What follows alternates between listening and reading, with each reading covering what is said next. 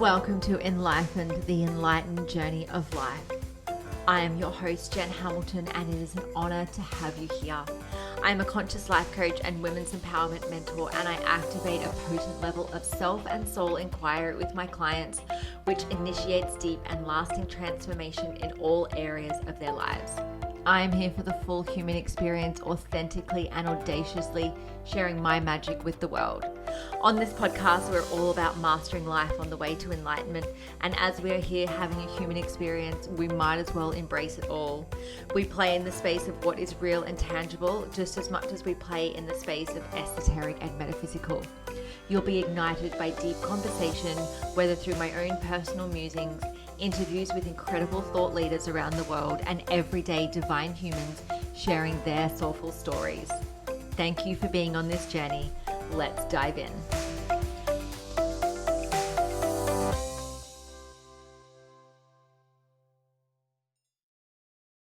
Hello and welcome to another episode of the Enlightened Podcast. I'm your host, Jen, and on this episode, I am joined by a beautiful soul sister, Tess Martin.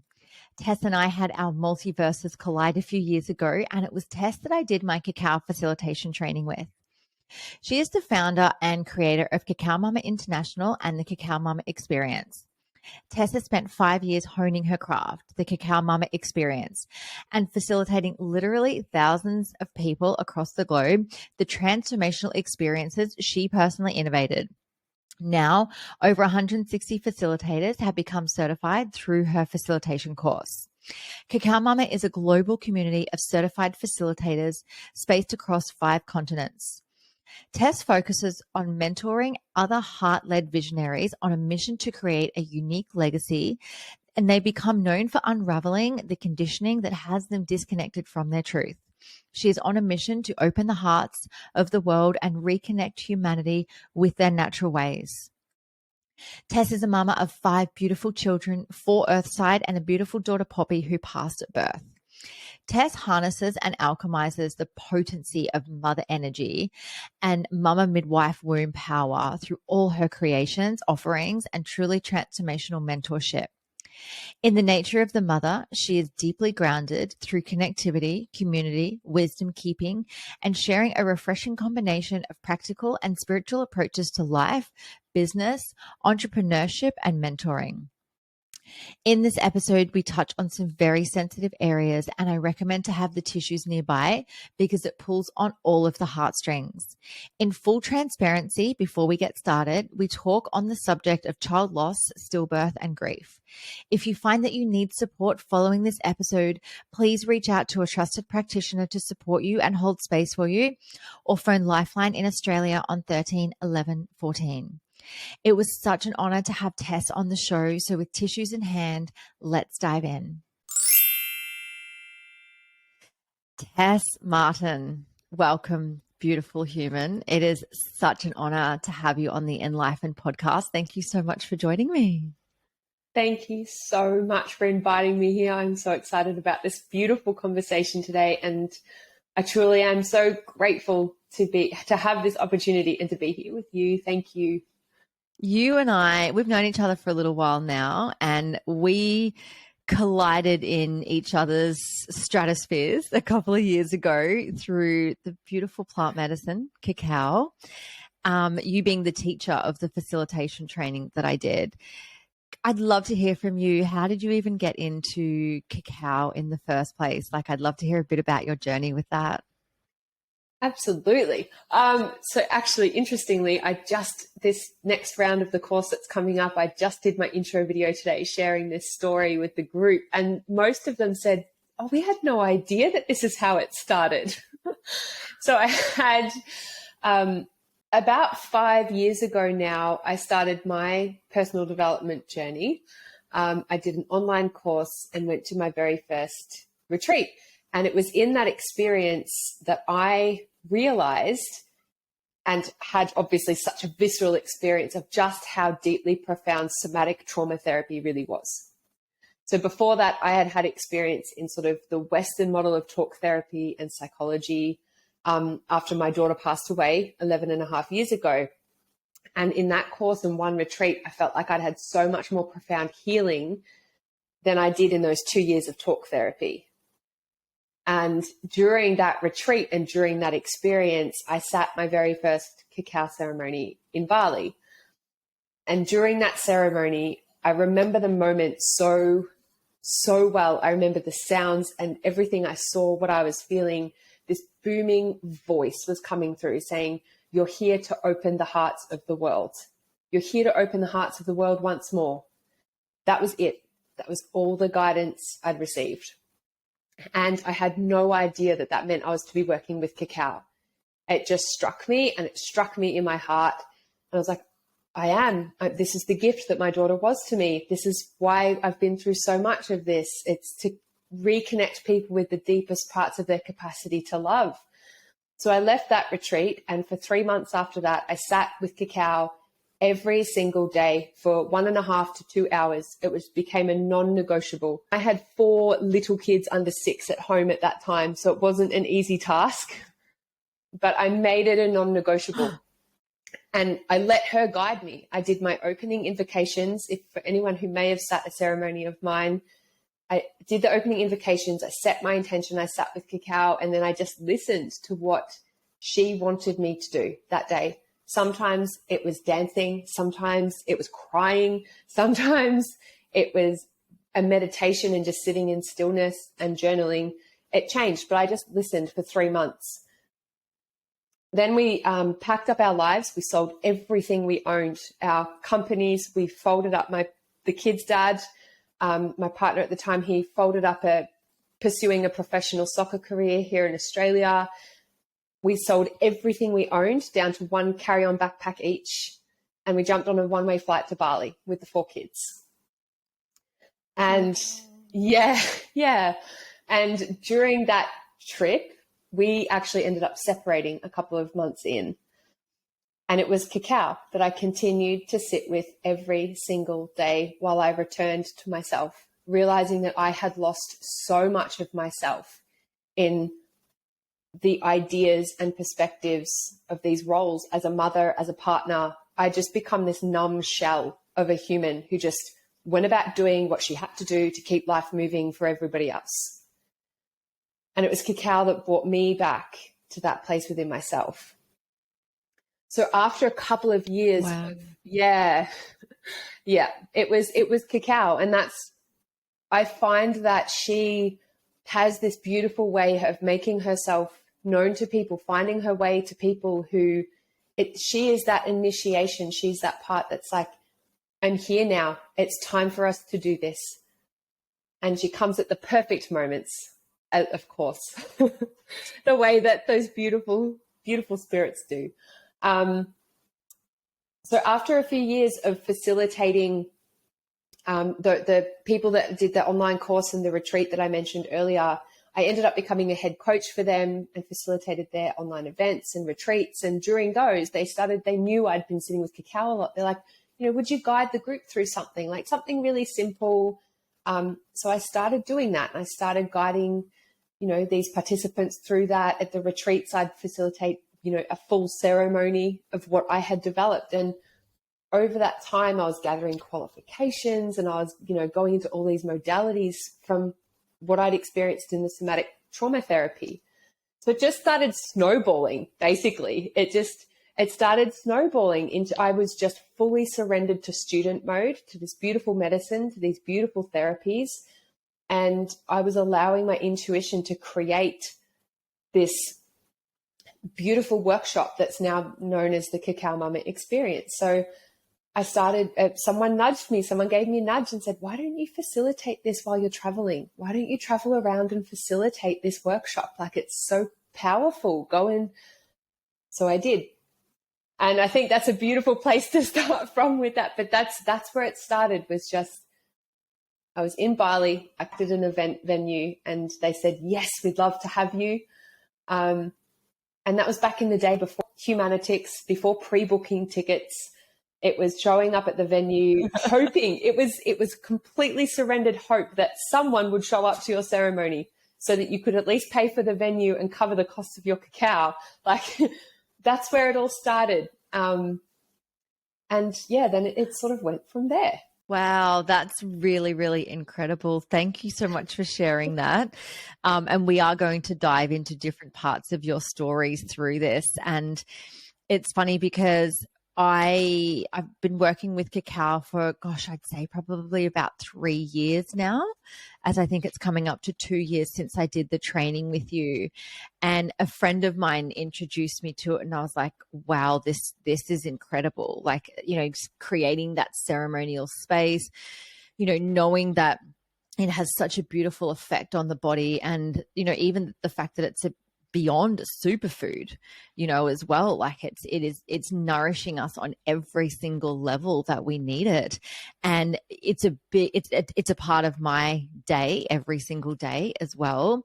It's a part of my offerings with my clients, and hosting ceremonies and retreats. Cacao, I'm the person that brings cacao to anything. So yesterday morning I went for a meditation in a sunflower field.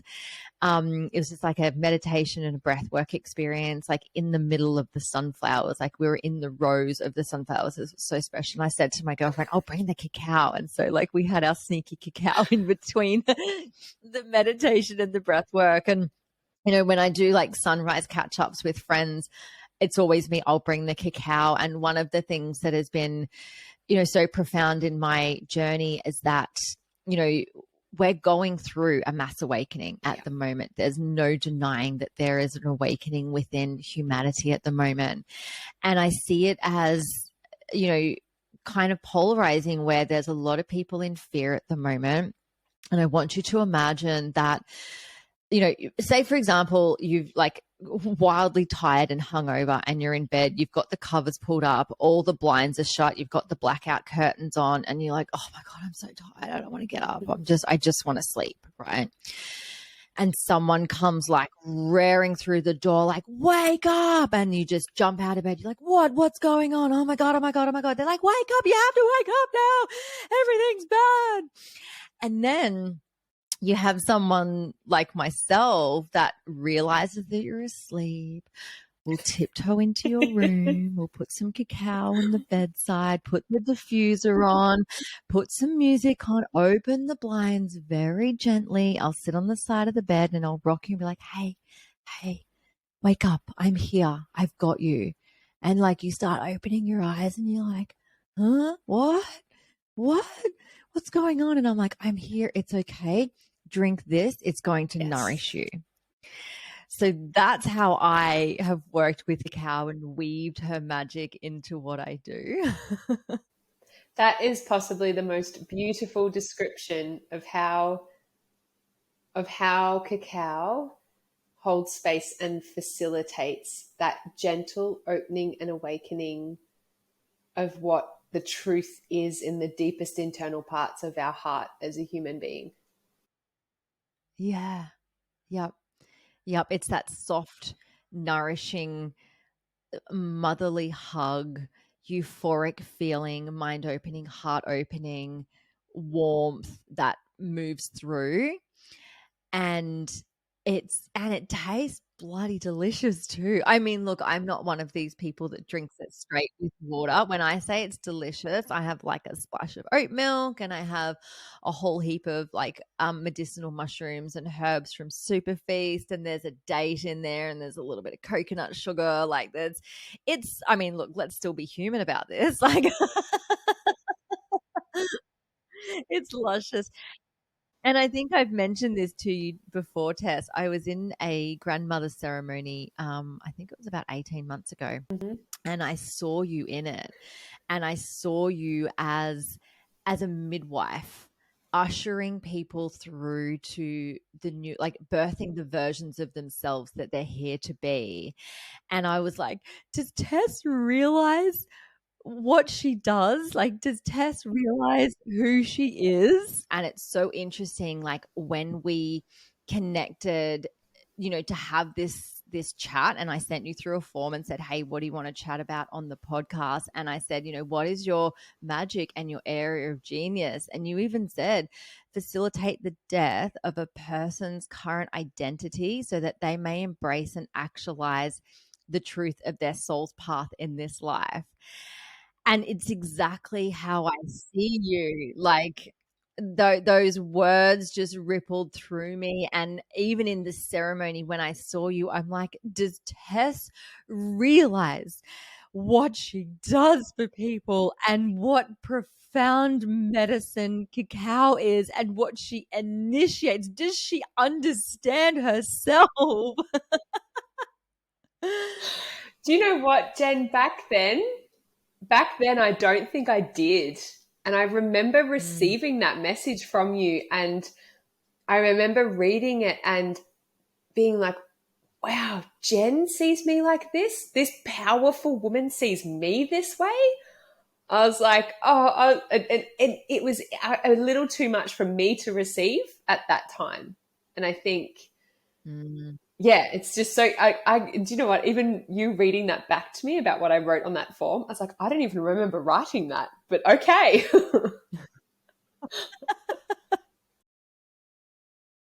There you go. There you go.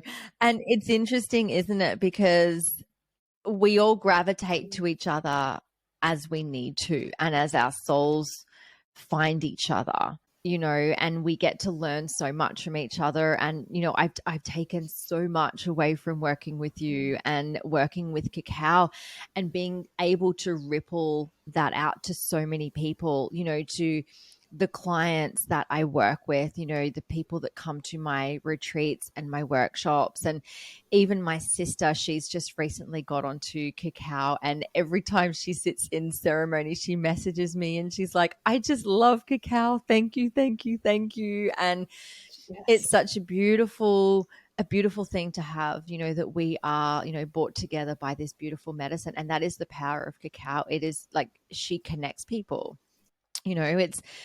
It's bonding over a cacao. And like I said, like I'm the person, like if I'm catching up with people, especially for like a sunrise on the beach or like a meditation in the sunflower fields, like it sounds like I live a pretty exotic life.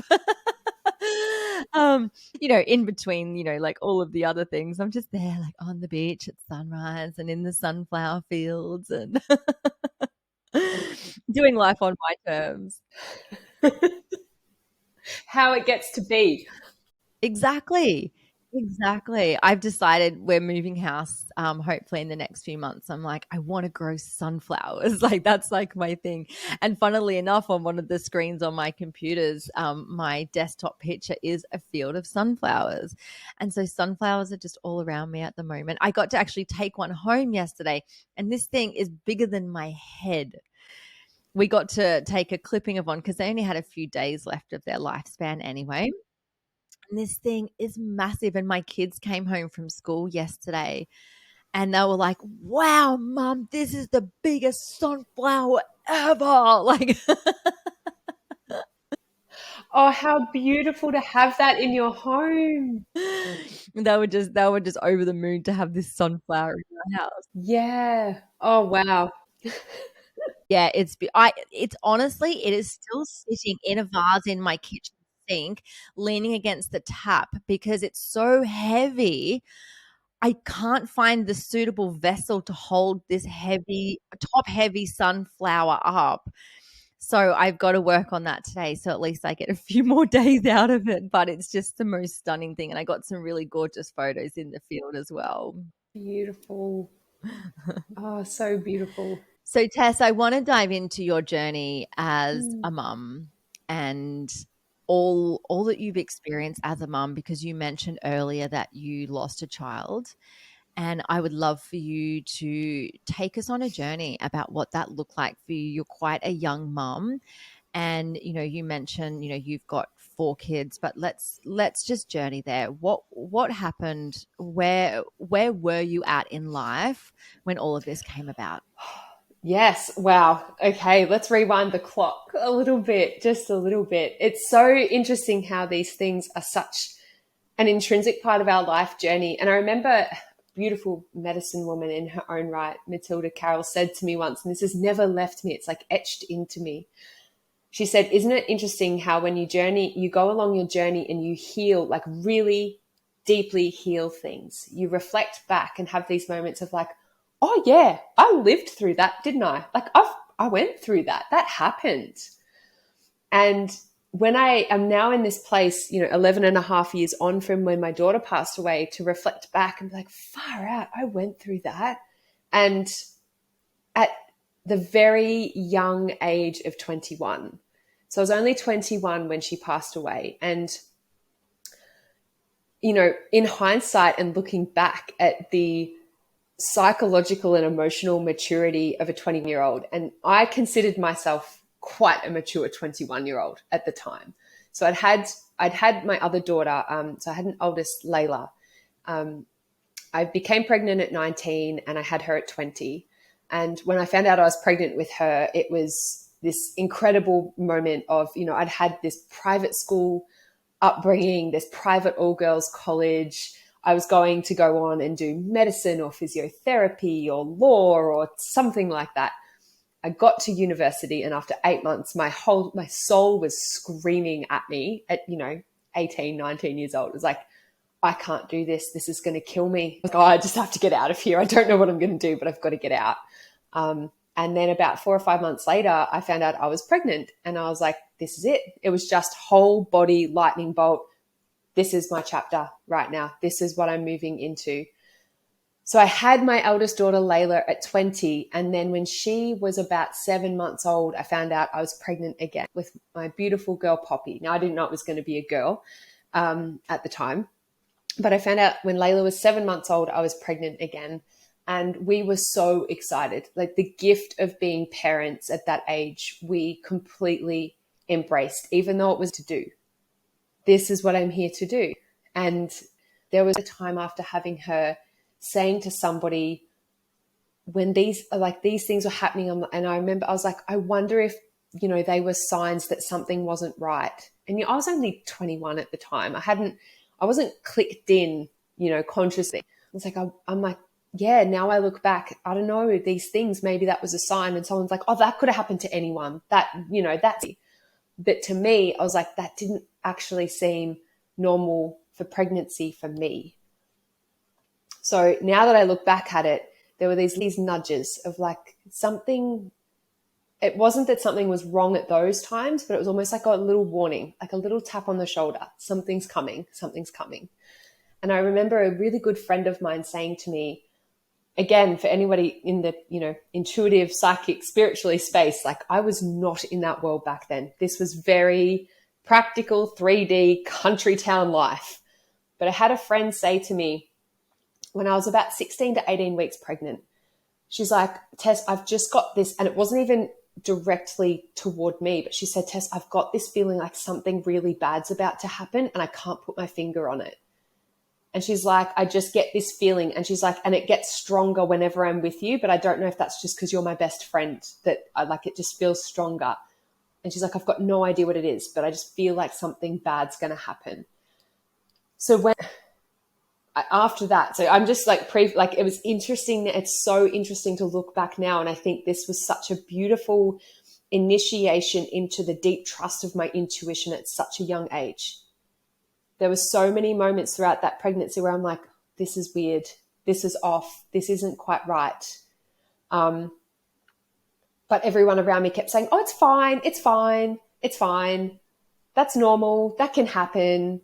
But it wasn't. And these were the nudges. And that in itself, to just have that deep, intrinsic, somatic experience of like, that is your intuition talking. Listen to it. Trust it. Yeah. So I got to 26 weeks pregnant with her. And there was this, a whole day went by. She was a very active baby. And this day went by where I'm like, oh, baby hasn't moved today. That's a bit odd. And I contacted my student midwife at the time and I just said, oh, look, I know this can happen. She said, yeah, around this time, one day, totally normal. Sometimes baby, you don't really feel baby move. And especially at 26 weeks, not a problem. Okay, cool. Second day went past, convinced myself that, okay, maybe I was like, okay, that's a little odd, but, it can happen. I'm only 26 weeks. Baby's still really tiny. It's all good. I went into the third day and I was like, I don't know about this. And I started to think back and I'm like, the night before she went absolutely berserk at about 2 or 3 in the morning. Like she just was kicking about and went berserk for a solid hour and then just stopped. And so I got to that third day, contacted my student midwife, and she said, give the hospital a call. So I gave them a call, and the midwife was like, no, everything will be fine. This is normal. Your baby's really small, see things, from your first, just totally talk to me. And I was like, okay, yep, they're the experts. They know. So I let it go. That night, baby started moving again. And it was a big sigh of relief for me. It was like, oh, thank God. I can feel hands moving. I can feel feet moving. Baby's okay. So again, that thing of like, oh, they were right. Everything was fine. What am I worried about? I went in for an ultrasound at 33 weeks. Again, another beautiful, all of the threads and pieces. I had to go and I chose to have another checkup at that time because in one of my earlier ones, my placenta was really low lying. And at that time it was over my cervix. And they said, you can't actually birth through your placenta. If it's over your cervix, and we'll see that it's moved out of the way. Now, the placenta was totally out of the way. What they found at 33 weeks was that my daughter's brain was completely full of fluid. The part that was functioning still was her brainstem. Now, when I say still functioning in that after birth, we could have done, I'll explain this in a moment, but at that point in time, we were told that and this was just at our local hospital, we hadn't even been to the specialists yet. They said, with that amount of brain damage, her quality of life was completely unknown, let alone her survival. So we went off to the specialists and they asked me if I'd noticed anything. And I told them about that night where she just went absolutely berserk inside of me and then 3 days of no movement. And they said, look, by the looks of it and by the looks of their scans, where her cerebral fluid in her brain was blocked was this tiny little valve that only takes about 1 or 2 red blood cells to block it. And they said, we believe she's had a stroke in utero and she's had a tiny bleed on her brain, and that was enough to block the valve. So in that process, we were given our options, and they said to us that with the how extensive that damage was to her brain, they said, we actually believe the pressure of that during birth is actually going to cause her heart to stop beating. So I went into labor. We decided to, and under their guidance, we were advised to be induced at about 35 weeks because her head was already the size of a full-term baby. And they said, we don't want to leave you to go all the way through and you not be able to birth her. So that's what we chose. We chose to be induced, and during the labor, her heart stopped beating. So it was not long after they'd actually ruptured my membranes, her heart stopped beating. So I don't think I can fully capture knowing that, and this was very early in labor as well, but knowing that you're about to go through this entire process and there's no heartbeat on the other side. There isn't going to be that breath. And going into that with the hope, and then had hope so early on completely eradicated that she would make it through. And they just said her heart isn't beating. There's no pulse. So my body froze up in that moment, and the emotional and psychological stress of that moment meant that my labor just halted. I was still having contractions, but nothing was happening. My cervix wasn't dilating anymore, but they had the monitors on me, and they're like, they said, look, this is going to take a long time. And they said, these contractions are strong, but your cervix is not doing anything. So they gave me a few options at that time. And I ended up choosing to have an epidural. Now, every one of my other births, completely natural, completely uninterrupted, no drugs, no inductions, nothing. So this was the complete opposite experience. But for me, I was in a place of such gut-wrenching grief while going through this labor and trying to birth my baby. And and again now, I'm like, at the time I was like, age means nothing. I'm like, no, I was so young. I was so young in that moment. And so I chose to have the epidural because I was like, I want this, as awful as this whole situation is, if there's one thing I can bring to it, is that I wanted peace. I wanted to bring her into this world with peace. I didn't want to be going through that. And from every part of my being to just remember that agony, I wanted to bring peace. And I can articulate that now. Back then I wouldn't have been able to articulate that, but I could feel it. So I opted for the epidural. And after that, we went from this room where I was roaring into the bed, and I had nurses and midwives and doctors and lights and machinery and beeping and chaos, absolute chaos. The anesthetist I got was an absolute piece of work. Let's just put it that way. She was rude and gruff, and she like shoved me about, and she was not gentle, and she had to have a couple of goes to get the epidural in, and it was just a night. It was just chaos. But the minute that epidural kicked in and I laid down, everybody left the room but one midwife and her dad. They turned down all the lights and everything just went quiet. And I lay there and I fell asleep on the bed. And I had a self-paced, clicky epidural thing. So anytime I felt like it, I could push a button, it'd give me a bit more pain relief. So I fell asleep for about 3 hours. And in my sleep, I pushed the button and the midwife was in the room and she came over to me and she said, love, you've been asleep for a while, but you've just pushed the button in your sleep. So I'm wondering if you're feeling something. Can I have a look? And I was like, yeah, sure. Like, of course. So she lifted up the sheet and she's like, she said, love, your baby's crowned. Would you like to bring it into the world? And I was like, oh my God. So we, woke up the kids. Yeah, the kid's dad had fallen asleep in a chair. So we woke him up and he came over and the midwife said to me, okay. And she said, well, baby's here. So as soon as you're ready, let's bring baby out. And I pushed possibly as hard as what it would take to do a wee on the toilet. Like I just gave this little push. Yep, that was about it. I gave this little push and she said, okay, beautiful, baby's head's here. And she said, one more little push and we're going to have baby. And I just tiniest little push. And she lifted her up straight onto my chest. And I've got goosebumps everywhere.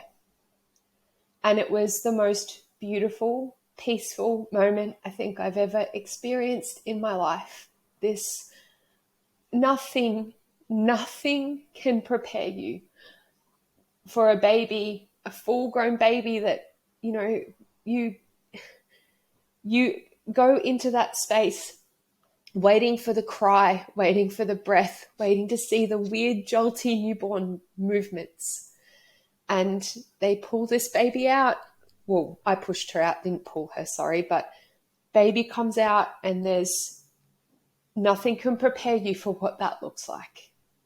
Just that lifelessness in the body. And yet when they moved her up onto my chest and I just lay there and held her and closed my eyes and everything in the room went black. I closed them for a second and felt her and I opened them to check everybody and the room, this little white light lifted up out of her heart, a small piece of it tucked in behind mine and just clear as day. She said, Mum, you've got to take me back.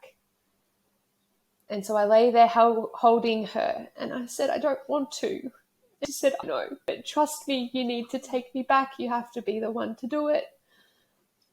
So I was like, okay, I'll go with you. Looking at the room beneath me, I could see myself holding her all the way to the edge. and I handed her back. So as I started to come back down, it was like this beautiful moment of connection where I dropped back into my body, and this beautiful doctor walked into the room, and she walked over and gave her this kiss and stroked her and just said, "Welcome, beautiful little angel." And we just had this moment. We just had this moment looking at each other. And I realized right then and there that that experience to me felt like breathing. It was so natural.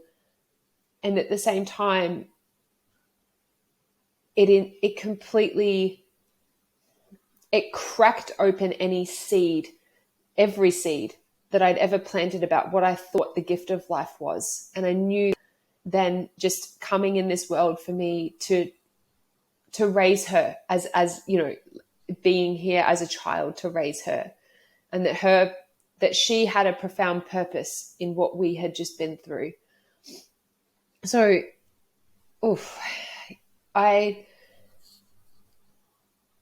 from that moment on as well, speaking to anybody about my experience, I remember having serenity and peace about me whenever I spoke about her. I cried, obviously, but that moment in taking her all the way to the edge and handing her back across that threshold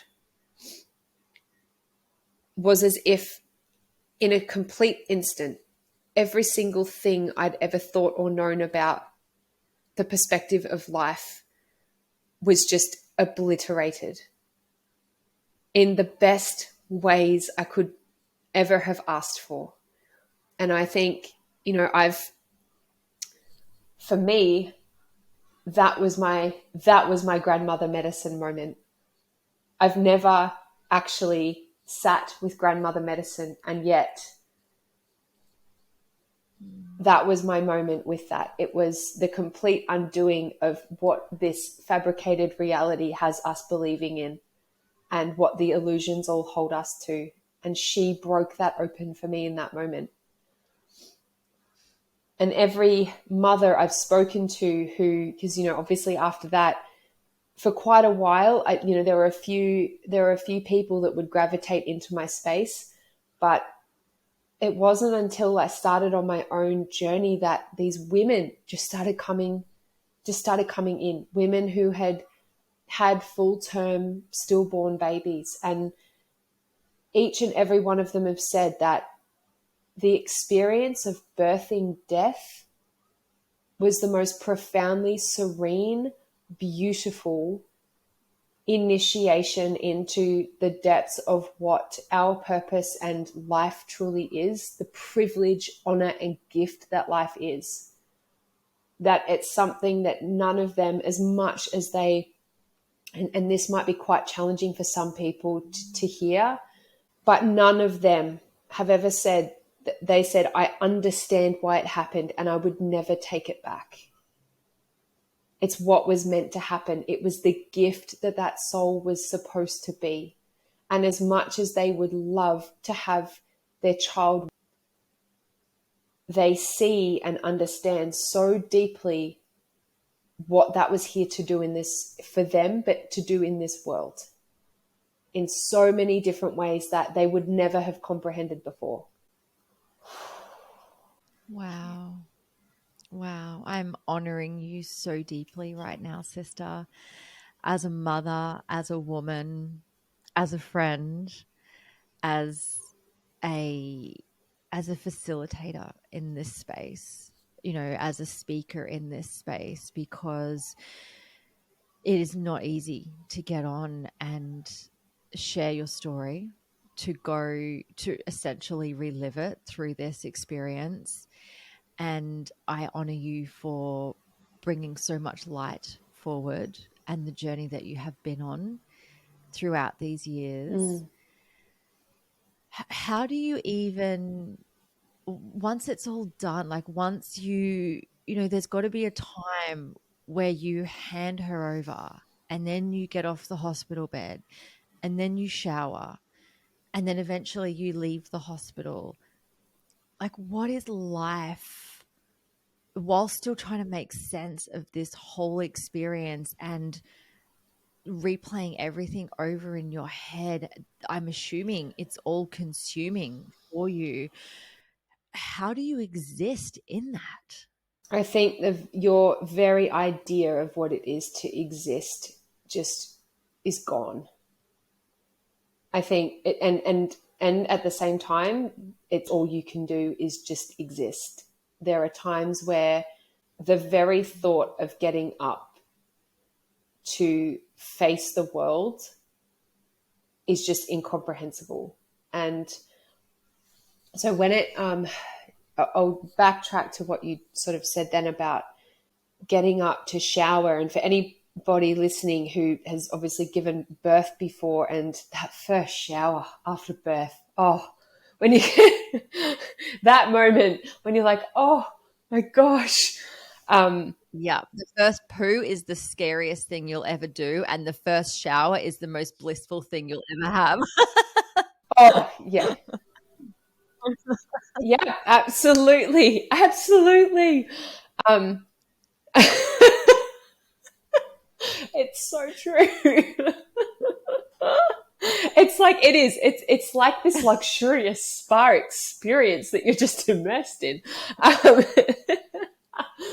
But I think after having Poppy, so obviously I'd had the epidural, so I actually couldn't walk for quite a few hours after having her. And look, our hospital experience, that could be a whole other podcast, but our hospital experience was very interesting after having her. I talked about the chaos in the room before, but also there was almost this feeling of like the staff didn't know what to do. And I'm like, they'd had people come in and give birth they had been there for that sort of thing before, but this had this entirely different energy to it. It was like no one knew what to do, and things just weren't working, and people just couldn't kind of get their stuff together for a minute. Like what I would say was, until that moment where I talked before about the room just going peaceful and just that one midwife and everyone cleared out, that was beautiful. She really dropped into the space and she was in it with me. Before that was just the quality of care was awful.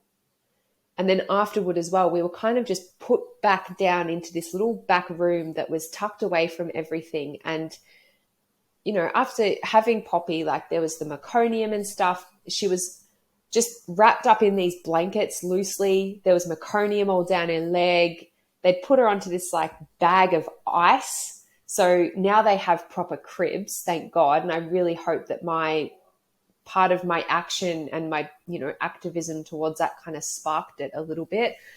But, then the water was soaking through her blankets. So it was making her wet and it was just awful. So we didn't really have a great hospital experience, actually, which is a whole other part to it. But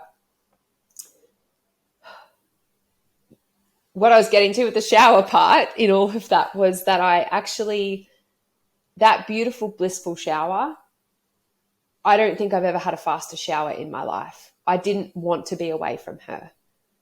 I knew that and I think, again, we have those moments in life when somebody profoundly close and special to us leaves, and it gives us this glimpse, this taste of just how fragile and finite this experience can be. And the stuff that we carry that really is, so funny sometimes in the grand scheme of life. There's stuff that we worry about and that we carry and that we allow to burden us and hold us down. I think knowing so deep, like just knowing that this was all going to be over and I would never get to hold her or see her again in about 24 to 36 hours time, this was going to be done. Now, at that time, we had no idea that we were allowed to take her home, that we could actually have a couple of days.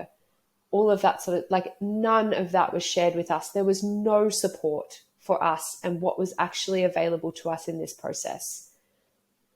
So we thought that we, in our completely innocent and ignorant thinking, and we were like, okay, so, we're allowed to stay in hospital for 2 days. So I guess we've got to go straight from there to the funeral. Like, we were thinking it was like illegal to take her home. So we organized that. We had because of, obviously finding out before having her for a couple of weeks, we were advised to go and plan her funeral, go and have that ready to go, have that set up, because afterward, you don't want to be consumed in that. So we had that ready to go.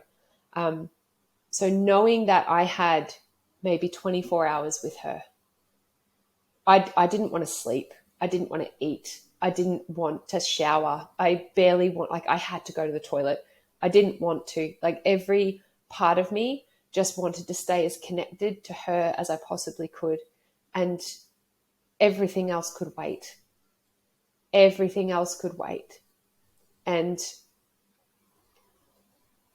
stepping out of that room and into the world and just seeing people go on with life was probably the most bizarre experience of sitting back and simply observing humanity, observing people, observing where we've got to, observing the imposed structures and systems and ways of life that have people so disconnected from the deepest parts of their heart and to each other, and just sitting back and watching that go past me. I was like, how have we got here? How did this happen? How did we lose the very essence and connection with life, the fragility of this experience, the finite nature of every single time our foot gets to hit the ground beneath us? It could all be over in a split second. And these people, watching these people go past, worrying about what was, perceptively just the most ridiculous things. And I wanted to go around shaking people, being like, do you not fucking understand? Do you not actually understand that this beautiful child next to you who's screaming at you in the supermarket trolley for a hug, this could be the last chance you get? What if this is the last chance you get? Just give them a goddamn hug. You don't know what's going to happen when you walk out of this store. And it was like being in a medicine journey, watching things happen around you and just not being able to contemplate or comprehend how societal conditioning had got us to such a place of disconnect. And I couldn't, it took a very long time to integrate with that again. Years and years to be able to integrate with that again and not feel so disheartened at the way that society was. Yeah. I feel you deeply with that. When I had my ex-partner's father pass away, and death it just lands you in your humanness, in life, and in, as you said, the fragility of life. And I remember after he passed and after he left the house, and me and my partner and his brother were like, let's just go out for lunch, we're starving. And just exactly what you said, people watching, people existing in life, having no clue. And I guess one of the biggest gifts that death provides us with is the awareness of life itself. Yes. And just how precious it is and how fragile it is, and reminds us over and over and over again when we either go back into our experience of it, or we're presented with it, whether we're prepared for it or not. Sudden death happens all of the time, but when we're presented with death, it just brings this, profound awareness of life itself. Yes. And what a gift that is. At the same time, the suffering that comes along with that as well. It's all of the pieces, isn't it? It's all parts. And for me, like losing friends, I've had, a friend lose a child at the age of 2. All of these things, it slams you back into your body, into your life, into your awareness of just how precious life is. And we ask ourselves the questions, if you want to get into self-awareness, like be around death. Yes. Like you ask yourself, why am I doing these things that don't actually matter? Like, what am I truly here for? Why are we here? What is this? What is the point of this? And I think it's, death is one of those most unknown things. We don't know when it's going to happen to ourselves and to our loved ones. And it's not something we can ever stop. And there's no way we can sidestep the feelings and the emotions that come with us. Yes. Yet our relationship, especially in the Western world, with death is quite skewed, because it's like we are so frightened of it. And when we're presented with it, it just catapults us into this whole different experience. Whereas it's also a beautiful invitation for awareness to come home to ourselves often, to check in with ourselves often, to be grateful for the children that argue, because they're there arguing in front of us, because they're still here with, with breath in their lungs.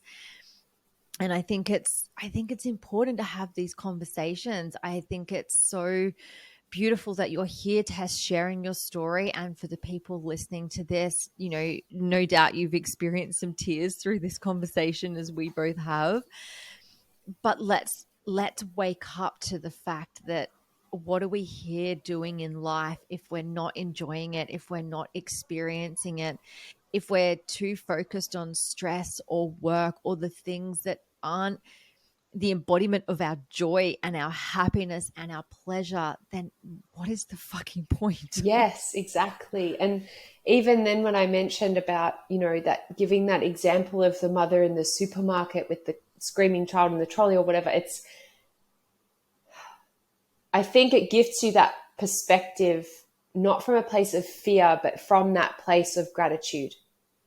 And like you said, it's because I feel like that's a different conversation to be talking about walking through life in fear of death, rather than being completely aware and being so openly embracing of the fact that this thing is imminent, and yet it is our greatest gift to be here now. And what is it that we're creating with that? And they are completely different ways of receiving life, of walking through life, of being with life and what happens. And I think the idea of being in our greatest joy and happiness as well is not that everything in life will always go well and it will just be this beautiful, happy experience, but welcoming and embracing what life has to give you, knowing that every single step and every single piece of that is here to take you closer to, especially again, because with that awareness of this is all going to be over soon and I'm being guided in this way, and this might feel so goddamn uncomfortable right now, and this is really challenging because there's more of life that wants to move through me and with me, and who am I to do such a disservice to myself, to my family, to the people around me, to this world, if I am so inherently aware of just how precious this experience is and how miraculous it is that I'm even here. If I block, step away from, or stop what life is trying to allow me to receive right now, however that looks. Yeah. I love how passionate you are about this too, because there's no right and wrong way to do grief, and this could have, everybody experiences grief and, stillbirth differently, and everyone's journey essentially is perfect for them and where they're at in their journey of life. And I love that you've been able to, I guess, harness the magic of it and work with it, as opposed to living in the fear of it and the shadow and the depths of it. No doubt you went there, but you've you've moved through it with light, you know, and no doubt you've had, you know, some tumultuous times. I want to ask you, Tess, what was life like then going, you know, back home to Layla and then going on to have more children and, you know, 3 more pregnancies? Like, what was that like for you? That was, I think there are a few pieces to this, because obviously, like you said, you know, going home to Layla and life having to continue, and then going on to the 3 more children that came after that, and then also just last year, my beautiful partner and I were expecting a baby and losing that baby early on, and my experience of that, having had this experience with Poppy as well. So going back to, you know, after her funeral and then coming home, and I actually have told Layla this quite a lot. And, you know, some people could argue that you know, what this might do for her hearing this messaging, but I am so ineffably grateful for the fact that I had her through that time, because every single day I had to get out of bed no matter how I felt. I had to get out of bed and do my best to show up for her and to look after her and care for her. And I remember I think it was about a week, maybe 10 days afterward, Poppy's dad's parents gifted us a week away to just go and have some space. And I remember Layla was really sick the whole time. So she didn't sleep. She was having trouble eating. She was miserable. It was just this, I was like, wow, I'm here with these engorged boobs that are just full of milk, because there's no baby there to feed. And I'm still bleeding, and I'm, you know, wearing with Poppy, again, all these little things, but, you know, I had some pelvic instability and stuff like that. So I was wearing like these support shorts with these big boobs that were just fucking aching, and and this sick child and all this in amongst it all. And in all of that, I had to keep getting up every single day. And that was, told Layla this before, that to me, she is such a gift, not just for that, and not to place the responsibility on her for being, you know, that kind of emotional scapegoat, I suppose. But I was so grateful that she was there, because it meant I had something to get up for. And in those darkest moments when, you know, because it's something that I think also probably not shared a lot or enough, the whole postpartum experience. But it's like your body, your heart, your mind, your spirit, it's like, wait a minute, what's going on here? I'm going through this. Where's the baby? Like, it's like your body is searching for that baby. And it is such a confusing time, in that, like I said, like your body doesn't know what to do. In your mind, you're trying to process and comprehend what's just happened. You're in the midst of this profound grief. And then there's this little human who still needs breakfast at 6:30 every morning. And there's this little human who still needs a nappy changed. And, you know, they still require some level of their parent. And it wasn't easy. It was a really challenging time in those days when, you know, hormones were going absolutely berserk.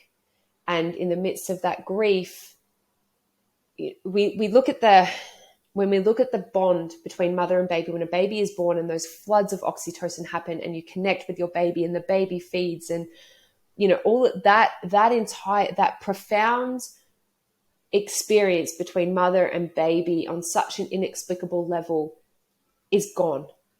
And your body is searching for that. And every part of you is searching for that. And it doesn't have it.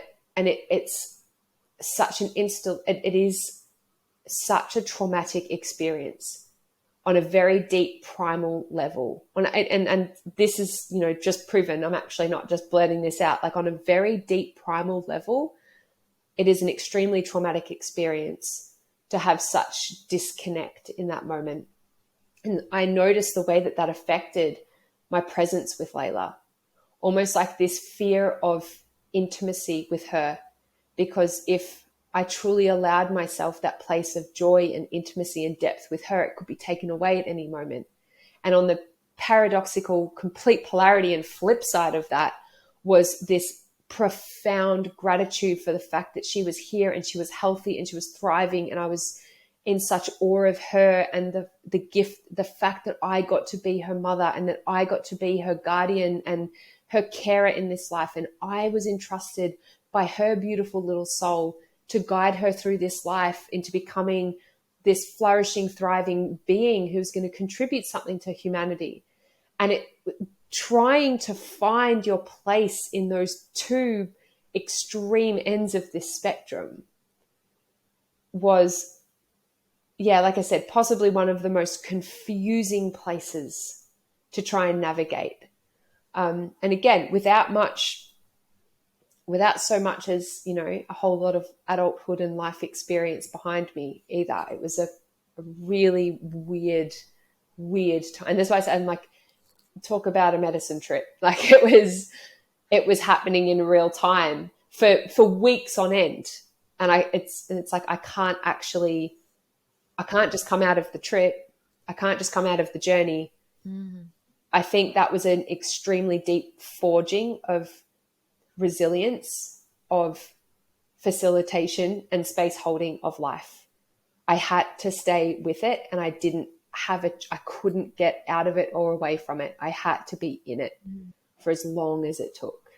I feel like I'm in an ayahuasca journey, just having the visuals of you going through this and all that's come with it. Like, I feel like, I'm in a journey right now. Tess, how, as a 21-year-old, I mean, you speak with so much wisdom now. Yeah. And obviously this is 11 and a half years down the track. Did you have this level of wisdom now? And where did that come from at such a young age? I was only getting into meditation and like Doreen Virtue cards at 21, and I thought I was woke as fuck, right? And I had no clue about the world. Where did that come from for you? What was essentially your preparation in life that gave you this level of stability and wisdom and grace, by the sounds of it, the way you move through it, even through, the polarity, the darkness, the grief, and all of that? I think this is a very, I've reflected on this really quite often from this place now, and being like, wow, how different the experience of that would be if it were to happen now compared to that age at 21. Where most of my friends were in their second year of uni, blackout drunk in the middle of corridors and just making sure they could buy 2-minute noodles that week. I was going through this. So I felt very actually alone and isolated in a lot of ways. I felt I've never felt like, we hear this all. I'm like, I never really did feel like I fit in. I still remember as a 4-year-old child watching the world around me going, what are these adults doing? How did we get here? Like, I remember really vividly especially with my, sitting in my living room, watching my parents do stuff. And I was like, why does that matter? Like, what are you doing? What are we doing? This is not how it's meant to be. Like, what's happened to humanity? And I remember thinking that as a child. And it didn't make any sense to me. The world didn't really make sense to me. And my mum always said to me, she was like, she said, you were the easiest kid. She was like, you just kind of had yourself and just did your own thing, and you were good. And I've always sort of been told that I've just got this, I suppose, maturity. And I'm like, I don't actually know where that comes from. having said that, in this experience though, there were moments that I reflect back on and I was like, wow, age and maturity, like really, like there is actually something to be said for age and maturity and emotional maturity, which sounds so obvious when you say it. But again, beautiful hindsight. I look back to that and I was like, there were days where I remember one in particular, and this may be quite triggering for some people to listen to, but so a little context, after I'd had my next daughter, Evie, so 2.5 months after having Poppy, I found out I was pregnant again. So in less than a year, I had Poppy and then Evie. And that's a whole other thing in itself. But after having Evie so even if we look at a really practical physical level, hormonally, psychologically, in terms of my mental health, my emotional health, I was not ready to have another baby yet. Not really. If I, could bring that awareness to it, I was like, wow. And yet Evie chose to come at that time because she was the catalyst into me actually seeking really deep healing. She was the catalyst into me being able to admit to myself, I am not okay and I need help. Going back to our hospital experience, after we left hospital, there was no ongoing support whatsoever. We were just like sent home and are like, yep, you'll get an in-home checkup to make sure you're okay. That was it. We didn't know any different. Like I didn't know any different. I was like, okay, this must just be how it is. There was no there was no psychological follow-ups or support. There was no the connection. The hospital had informed my GP that I'd, had her, and he wrote me a beautiful card, but there was no continuity of care program put into place. There was just nothing. So a year on, after having Evie, there was no support. There was no healing that had even started or taken place. And after having Evie, there was this one day I remember, so again, these moments that just fucking grip you. There was this one afternoon, I was standing in the kitchen. Evie was an incredibly unsettled baby, no surprises throughout my pregnancy, obviously. I was really anxious. I had such a hard time connecting with her out of fear, that I'd lose her, what if I lose her too? I loved her with every part of me, but let's just keep a little safe distance here, because what if something happens to her too? Would I actually survive that? That was how my internal headspace was. So after having Evie, she was an extremely unsettled baby. The birth was good, but my placenta was retained. So she had about an hour and a half with me. But then I had to head down to theatre to have my placenta removed, and she was without me for nearly 5 hours after birth. So she was a very unsettled baby. She just screamed all the time. And I had this about 5 or 6 weeks after having her. We're in the kitchen and I was holding her. It had been a whole day of baby wearing and screaming and feeding. And I asked Layla to go get her clothes so we could get our pajamas on, and she threw her singlet up onto the side of the sink, not even in the sink, just on the side of it into a puddle of water.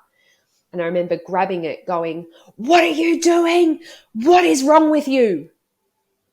And her little face just dropped and my heart completely cracked open and I floor in a ball of tears. And I looked at her and she had these little tears rolling down her face. And I was like, I need help. I need help. I can't do this.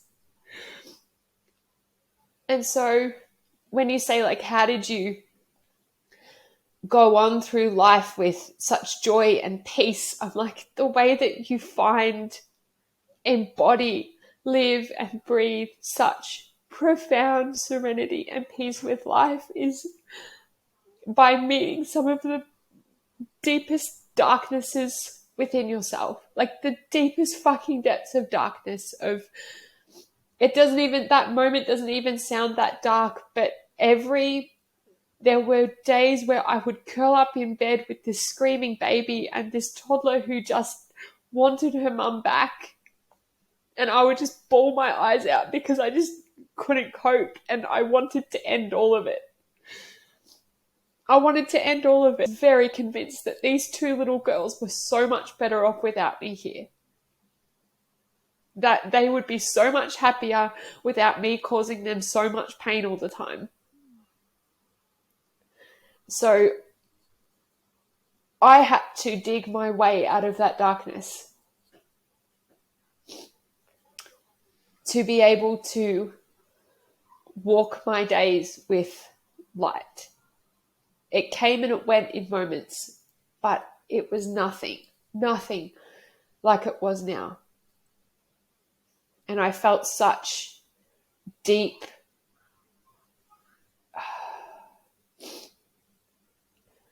I remember going through moments of feeling actually such deep regret for having brought them onto this earth and putting them through that. And I had to face off with that. I had to actually be willing to not ignore it, to not be like, well, this is just how it is, so we'll just do it. It was actually like, they didn't choose to be here. They did, yes, but I chose to have them. And if I've chosen to have them, I have to be willing to face off with horrendous darknesses within myself to create in this world.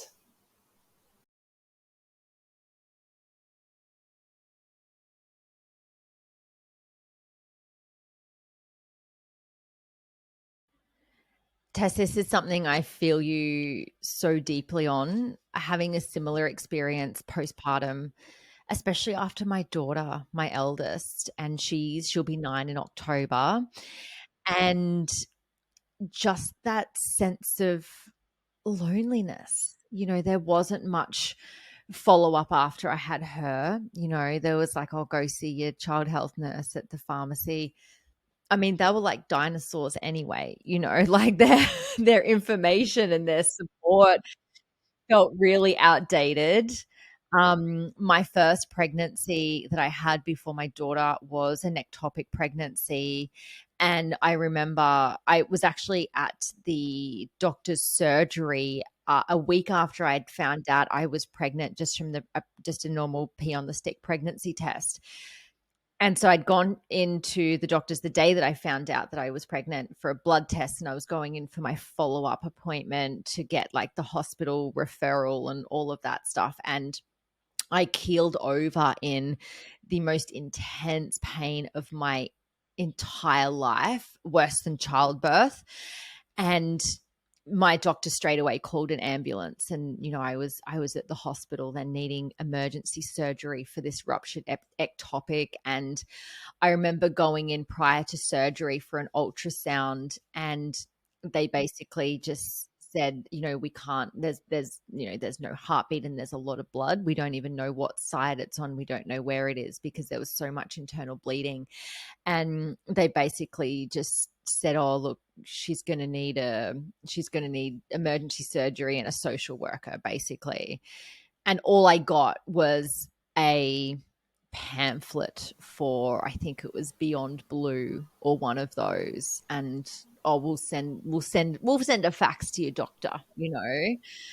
And then to navigate that, like I was a little bit older, so I was I think about 26 at the time. Still, looking back, so immature. Like we're in that maiden phase of our life. We don't have the maturity that we have throughout our motherhood experience, especially when it's the first time, to have to deal with a loss of any type, have to deal with the whirlwind of emotions. I most certainly, was not in the personal development space, awake or anything like that back then.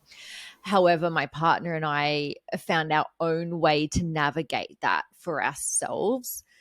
But because we didn't have external support, I didn't have people to lean on that had been through loss that I could have been guided by. We had to come to our own conclusions as to why this happened to us, especially when it was only, 6 or 7 months prior we lost his father. and so we just thought, oh, a baby's, they always say that a baby comes through after you lose someone and this is the best thing ever. And you go from such a high to the depths of the lows and having to navigate that within yourself. And I think there is so much of a gap in our, I'll say this term lightly, healthcare system, because I truly don't believe it's there for health. That's a different podcast. Our pharmaceutical system. Um, but there is such a gap there that is needed for the support of women. And I know that, as we awaken in this journey of life, we're finding sisterhood again. We're finding community. We're finding collaboration with women, and we're finding each other. And we have, the things like podcasts weren't around back then, we have these platforms in the ways that we can connect and listen and absorb information and find each other and be like, there you are, you're a shining light for me. I want to connect with you. Or, I was the same. Like, I didn't have a lot of friends that had been through, birth. I didn't, have a lot of, friends with babies around me. And I had a lot of people, send flowers and, feel for me. And that was beautiful. It was beautiful to be held. But the level of support that women need in any part of their motherhood journey, whether it is through loss and through grief, or whether it's, they go full term with birth and they have a baby and then they're transitioning from maiden to mother. And the grief that I experienced as a new mother, mourning the loss of the version that I once was before having a baby, and my old life and my old body and my old relationship and my old job, like all of the things, like nobody tells you about that. And I didn't have a solid support system around me. There was nothing, from the hospital. I didn't even, like, with my first, gosh, we should just do a podcast episode on birthing experiences. Yeah, we really should. Because I went through the hospital system. So, and I went, super medical. So I had a obstetrician as opposed to just a midwife. It was there was so much intervention that there shouldn't have been, and I was none the wiser. I wasn't in the space of understanding conscious birthing. It was just far too hippie for me. It's like, no, I need to be in the hospital as long as possible and have all the help. And, what do I do? And I need the obstetrician on call, and I need to have all of the appointments and all of the ultrasounds and all of the checkups and, like that. And I honor myself, the version that I was back then. And it's a very different experience for me now. And I know that there has been so many women that have gone through this transitional motherhood journey that have just felt so alone and so empty and so just defeated at times through motherhood, because we don't have the communities that we used to have. We don't have the support. We don't have the women that come together and everyone gets involved as a community. And, back in my day, giving birth to babies, their dad had 2 weeks off work and then was back to full-time work. We didn't have, a lot of money in the bank where we could be like, okay, take 3 months or 6 months off. There was no there's nothing more than 2 weeks for, dad leave. And I remember even when our son was born, 2 years after our daughter, my son actually came 12 days earlier than expected. And he texted his boss in the morning to say, oh my gosh, we've got this baby. I won't be in, we've got this baby. And he's a cabinet maker, and his boss like literally rang him and said, can you just come in and do a kitchen today? And he's like, we've just had a baby. Like, no, I'm not coming in. But there was this expectation for him to still show up at work. And, it was such a lonely journey through motherhood, and it's coming out the other side now, knowing what I know. And as you mentioned before, being an advocate and being an activist, for, making some noise for what it is that is needed in this world. And I think it's so important.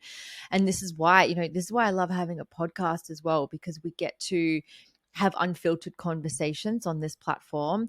And we get to be a voice for the experiences that we have, in hopes that we can support and inspire other women that are either on this journey or have been through this journey, and say, hey, sister, I've been here with you.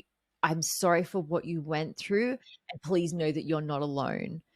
Because there's nothing worse as a mother, is that loneliness feeling. And especially when you are exhausted, your boobs hurt, your body doesn't function the way it used to, things feel like they're going to fall out, and your pants don't fit, and your boobs leak everywhere, and you lose your shit at this innocent child because you are just at the end of your tether. Mm-hmm. Yeah, absolutely. And I think this has so much to say for when we look at the medicalization of birth. There is so much here to speak to sovereignty. And in order to create that sovereignty for ourselves, it truly requires an incredible connection to community, and that stating of community, and that wisdom, that guidance, that support when we're in an ecosystem like that is, these beautiful young women in their maidenhood transitioning into the mother, a elderhood. They're surrounded by these older, or these women, these old, presumably older women, who have that deeply grounded embodiment of that mother, who can sit by their side as they roar their baby into this world and hold their hand and say, like, I am here. I'm going to be here on this journey, this initiation, this transition with you.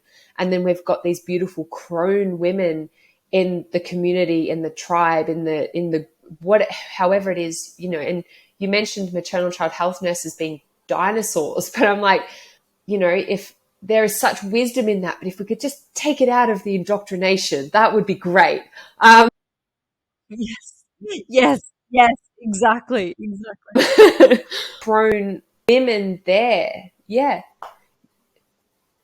To bring that nurturing, like, these women who are so deeply in that embodiment of the mother, and have been through that, to be there in those initial phases, and couple that with, the crone is, she's done the child rearing. They're now having their own babies, and she's there for that. But she's got the space, the capacity, the wisdom to just nurture, nourish, and be present. And it creates this whole feminine symbiosis and this connection that we are just so taken away from now. We have like pop midwifery psychology that we absorb through our screens. But like, where's the woman sitting in front of us who can put her hands on our shoulders and just give them a rub and be like, I know this is hard right now, and I'm here. And again, to bring ourselves to that place is such a radical jump away from, like I said, the medicalization of birth, the systems that are in place, the conditioning that we get brought through. Birth is the most natural thing in this world. And yes, things go wrong. Sometimes there's complications. And I read, actually, you'll probably love this, I read this great quote once, and at the end of it, it said, read that again, was this midwife who had gone from, she was actually a private midwife initially, and then went into the hospital system. And she'd said to this woman once, the woman writing it, she'd said to her, she's like, it's so interesting. I never experienced fetal death until I came into the hospital system. And the woman looked at her and was like, you what? And she said, I'd never experienced fetal death until I came into the hospital system. And at the bottom of that caption was like, read that again. And I just, again, this could be a whole other podcast, but that level of support and that foundational, it's that foundational trust within the space of family and womanhood. I still think there's a lot to say within the online space around like the curation and creation of that from a very artificial place as well. It's easy to spew out this stuff and this information, but when it actually comes to the trenches of life and those people around you, how much are you truly unconditionally there for them and those women in that support? Yeah. Anyway, Yeah, I'll leave that so there. true. Yeah. I mean, I definitely feel a follow-up podcast episode coming on about this experience, and I think we need to talk about this. It is conversation that needs to be brought forward. And I also think it's an invitation to continue to do the work on ourselves, to, really go back and heal the parts of us that felt so broken and so alone, through that transitional period of, maidenhood to motherhood, to meet ourselves with such love and kindness for the versions of ourselves that we existed at that no longer exist in the versions that we are now, but we have to honor the person that we were then. We can't beat ourselves up for who we were and what we did with all that we had and all that we knew. We have to meet ourselves there, and that comes through doing the work. It comes through knowing our values, just doing the simple foundational work of self-love and self-nurturing, and honoring our journey and honoring ourselves and respecting ourselves. And this is why I'm so passionate about the work that I do, whether it's through coaching or hypnotherapy or, holding space for women. It's allowing ourselves to come home to ourselves and say, this is what was real for me. I'm truly in touch with how I feel about this experience. And through that, and through community and through connection and through sisterhood, we can come together and we decide if activism is the way we want to go. And we want to roar really, really loudly around something where, there was injustice, or we have a wound, or we have a trauma, or there was just something that just doesn't align with what we're bringing forward in this world, then that's okay. And this is why like I said, this is why we do this work, or we make peace with it, or we support other women to find their voice through it. And it's about bringing safety to all of this as well. It's about finally allowing ourselves as women to have a voice and truly have a place in this world and rise together. This is the rise of the divine feminine. It is through our voice, and it is through our awareness and our conscious decisions to say, what once served me or served the collective is no longer in alignment anymore, and I'm allowing it to fall away. And that is so prominent in the birthing experience. Because if something doesn't align, if the hospital experience doesn't align, we have to honor that. So when I had my son, it was a completely different experience, because at the time, like, I'd chosen to step away. I'd felt really unsupported by going through like an obstetrician, and I wanted to go through a midwife program. And it really helped rewrite my story on my birthing experience, because being surrounded by midwives was such a different experience to going to a clinical environment anytime. I didn't even go to the hospital until it was time to give birth. And when it was time to give birth, I went to the hospital. I went straight to birthing suite. I was in the pool. So I arrived at 3:15 in the morning. I was in the pool by 3:25. He was birthed, I think, at 4:30, and we were out the door back home by 11 a.m. And the only holdup was that we had to wait for the hearing test to come in, and so we weren't even on the ward. So we went straight home, to my daughter and to my mum that had come over. And I had that experience of being able to birth differently. I wasn't induced. I was able to, have a water birth, have, only the gas. I didn't have any of the other things that I was offered previously. And it helped me rewrite my story and move through a lot of the trauma that I experienced through birthing my daughter. And at the time of, especially with my daughter the first time around, I didn't know that there was any other way. I didn't know, I didn't even know that, having an epidural meant that, I wouldn't feel the contractions. Like I knew I wouldn't have pain, but they were basically saying, oh, we think you're having a contraction push. I mean, if anyone knows anything about pelvic organs and what you're doing when you're pushing hard and there's no baby to like help move its way down, it can get really messy. And so, but just not having this awareness and completely surrendering and handing over all trust to these professionals that are saying, do this, do that, and oh, we think this and we think that at the time. It's like, oh, we think you're having a contraction, perhaps you should push. And me going, okay, well, you're the one that knows what you're doing. And then, finding out, many years later through the awakening journey that hang on a second, there is a different way.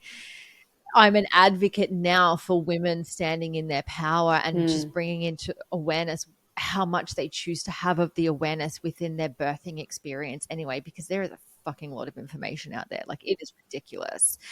But at the same time, we are so lucky to have that information, and we're so lucky to have, there's really well-known people on Instagram that share their story, and the wild birthing programs that you can do, and all sorts of things. Like there's so much support out there.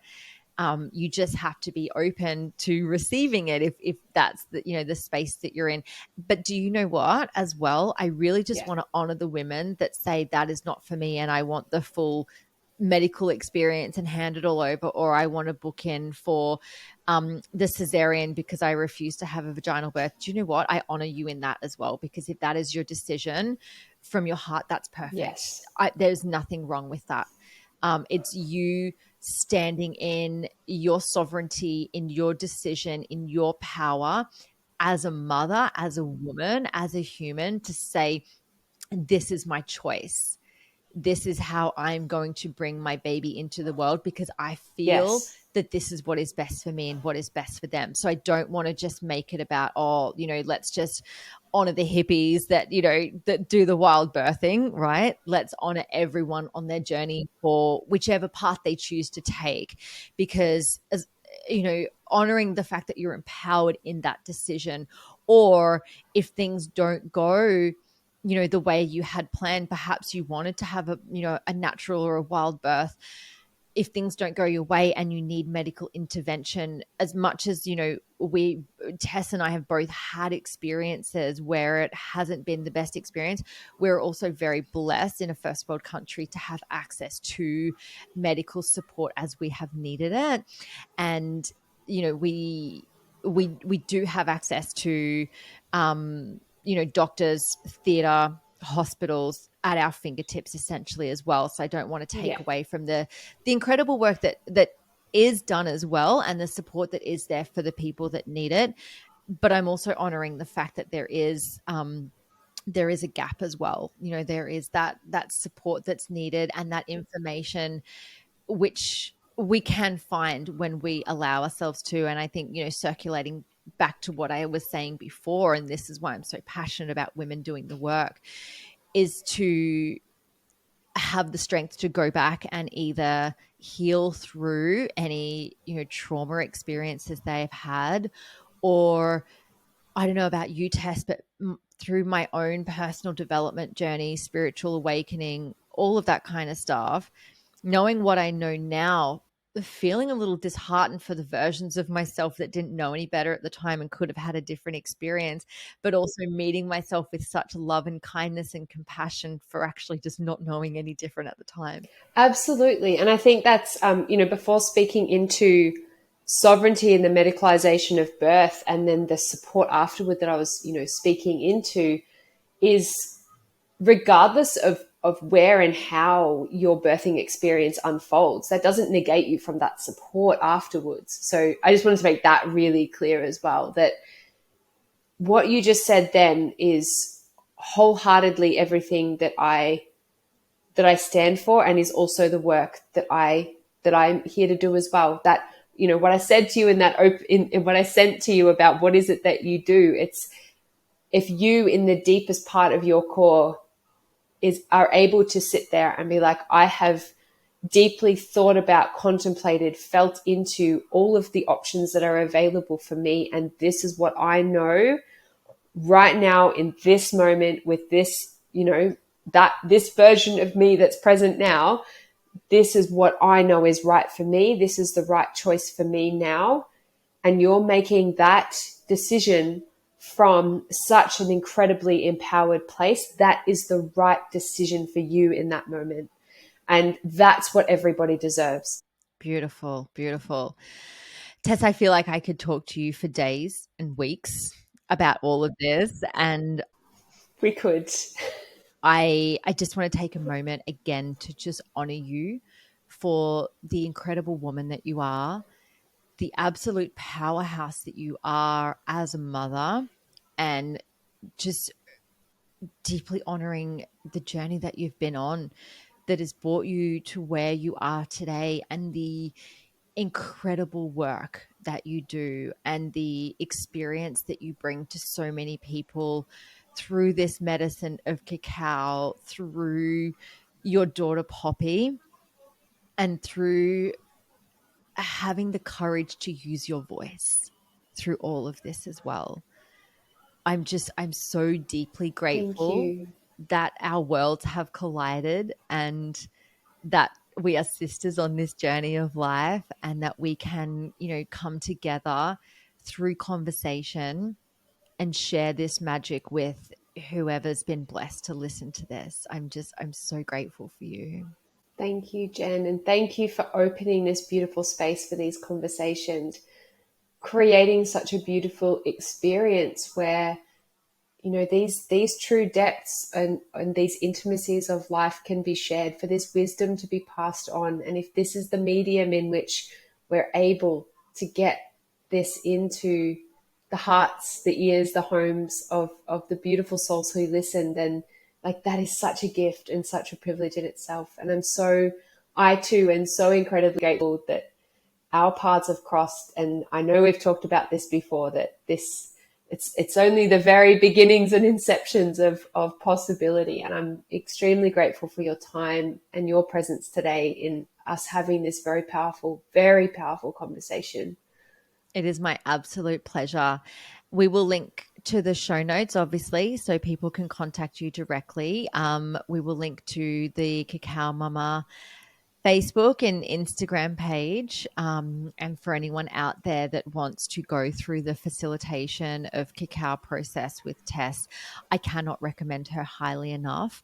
The beautiful love and support that she births with this medicine and brings forward and holds this most beautiful container for learning, it's second to none. It was such a blessing to go through this journey with Tess, and so many people that I've said, I've recommended Tess to say, hey, this is the person that you want to take you on this journey. So we'll link to all of that in the show notes. Before we wrap up, Tess, I have one question for you, and I feel this is going to be a big one. To you, what is the meaning of life? The meaning of, for me personally, and for how I currently in this space allow ourselves the unfurling, the undoing, into a place and a space where we are able to fully embrace everything it can gift us, and allow ourselves to find profound purpose, however that looks to us within that journey. So for me, it's about opening ourselves up to being able to experience this life in the fullest capacity and potential that is sitting there in front of you, and allowing that to be. I love that. And it is all right there and in front of us. We just have to choose to open our eyes to see it and reach out and grab it. Yes, absolutely. Thank you, beautiful Jen. Thank you so much, sister. I appreciate you.